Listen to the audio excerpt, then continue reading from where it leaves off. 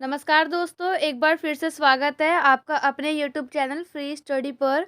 आज की वीडियो में मैं बात करने वाली हूँ योर लॉ और योर राइट का जो पेपर हुआ था आज सोल वाले बच्चों का।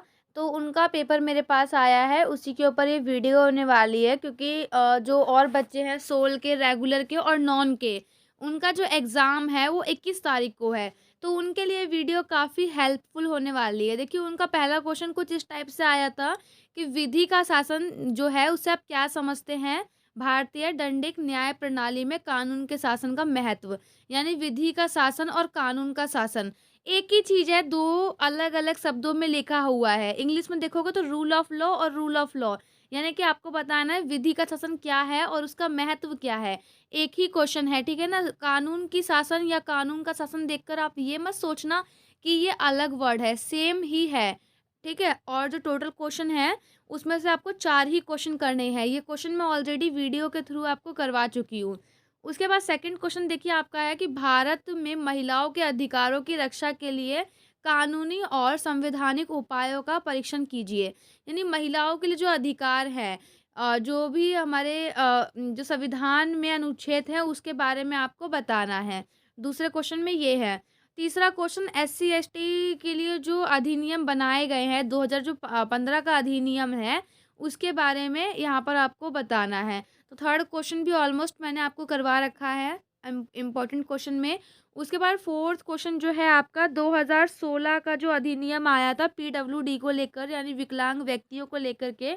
तो जो 2016 में जो मुख्य प्रावधान आए थे उसके बारे में आपको बताना है और यह विकलांग लोगों के अधिकारों को सम्मान की रक्षा कितने प्रभावी रही है। यानी कि ये जो अधिनियम आया था इस अधिनियम से लोगों को कितना अधिकार मिला है, कितनी रक्षा मिली है और मतलब ये जो प्रावधान है या ये जो अधिनियम है कितना प्रभावी रहा वो है, ठीक है। और क्वेश्चन नंबर 5 में देखिए आपको क्या बताना है। न्यूनतम मजदूरी और श्रमिक के अधिकारों के संदर्भ में श्रम कानून के मुख्य प्रावधान, यानी कि वही आपको श्रम कानून जो है उसके बारे में यहाँ पर बताना है कि कौन कौन से अनुच्छेद है और अभी तक हमारी सरकार ने उसके लिए क्या क्या किया है। उसके बाद सिक्स्थ क्वेश्चन है आपका सूचना का अधिकार, जो कि 2005 के तहत आया था। ये ऑलरेडी मैं आपको करवा चुकी हूँ, तो आप उसमें से देख लेना।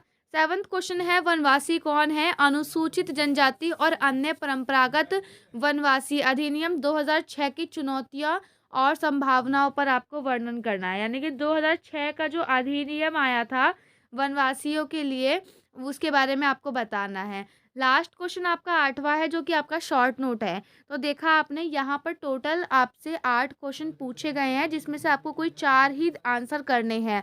उसके बाद शॉर्ट नोट में संज्ञेय और असंज्ञेय अपराध है, जो कि मैंने आपको बताया है संज्ञेय अपराध और असंज्ञेय अपराध क्या होते हैं उसको आपको डिफाइन करके लिखना है। यौन उत्पीड़न को रोकने के लिए कानूनी प्रावधान, ये भी मैंने आपको करवाया हुआ है अभी। ई कंज्यूमर ये वाला नहीं करवाया, ई उपभोक्ता के बारे में। और मतदाता पहचान पत्र करने की प्रक्रिया क्या होती है। तो देखा आपने 4 क्वेश्चन आपको करने होते हैं। तो इसमें से देखो अगर आप करोगे एग्जाम में तो ये दोनों मैंने करवा रखे हैं, तो आप इसे कर सकते हो। एक क्वेश्चन तो आपका यहाँ से हो गया, ठीक है। दूसरा क्वेश्चन मैंने आपको ये वाला करवाया था, एससी एसटी वाला करवाया है। सूचना का अधिकार भी करवाया है दूसरा, और तीसरा आपको करवाया था एससी एसटी वाला। दूसरा हो गया यहाँ पे ये, हाँ ये वाला मैंने आपको करवाया है। तीसरा क्वेश्चन आपका ये हो गया और चौथा क्वेश्चन मैंने आपको यहाँ पर विधि का शासन करवाया था। तो फोर्थ क्वेश्चन आपका ये हो गया। अगर आप जो मैंने आपको वीडियो दी गई है ना उन बच्चों के लिए बोल दो जिनका एग्ज़ाम नहीं हुआ है, 5 क्वेश्चन करवाए हैं। अगर आप उन पाँचों वीडियो को भी देख लेते हैं ना तो आपका एग्ज़ाम बहुत अच्छा जाएगा। इसके लिए आप बेफिक्र रहिए। और नेक्स्ट एग्ज़ाम आपका कौन सा है वो मुझे कमेंट करके बताओ ताकि उस पर भी आपको इम्पॉर्टेंट वीडियो मिले। तो थैंक्स फॉर वॉचिंग, मिलते हैं नेक्स्ट वीडियो में। तब तक के लिए जय हिंद, जय भारत।